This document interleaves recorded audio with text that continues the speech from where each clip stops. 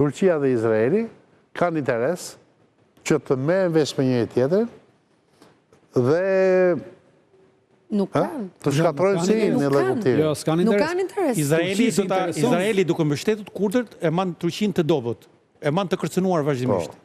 A dhe Turqia çaj bën Izraeli? Duke ushtrirë, sa më tepër kërkon që pushteti sirian të shtrihet në gjithë territorin sirian, të cilin edhe në kurrizë të autonomisë kurde. Po, izraelitët e marrin si kërcënim për sigurinë e tyre. Dërsa turqit nëse kontrollojnë Sirinë mbajnë nën mos të dy shtetet kanë interesat sigurisë tyre kombëtare në konceptin e njënit dhe tjetrit. Edhe kjo është problemi më i madh aty. Kush po i menaxhon më mirë këto interese tani, turqit apo izraelitët?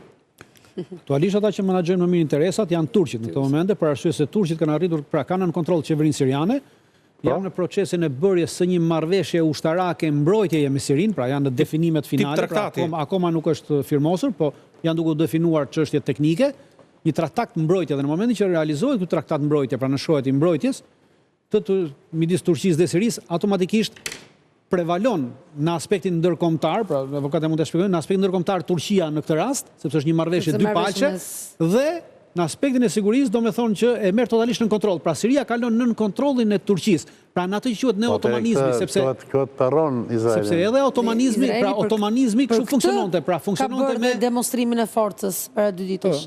Në atë që është baza kryesore. Para 2 ditësh e bëri për arsye se ishte parashikuar Ministria e Mbrojtjes turke, kishte parashikuar që ditën e shtunë dhe diel do kishte ngritur një komision të posaçëm teknik për të vajtur dhe për të parë gjendjen teknike të bazës dhe për të bërë pjesën e instalimeve njërën tjetërën në vlerësimin. Sa do ishte investimi.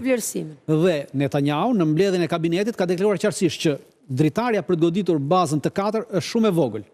Kemi shumë pak kohë përpara se ekipi teknik turk të vi atje. Dhe kanë goditur përpara se të mbrinte ekipi turk. Po mesazh për turkun është, flasin atë që është. Për t'ia bërë të vështirë, pra në rast se baza ishte e paprekur dhe turqit do investonin ta zëm $2 milion, tashmë do të investonin 10. E bëjnë më të vështirë futjen në bazë.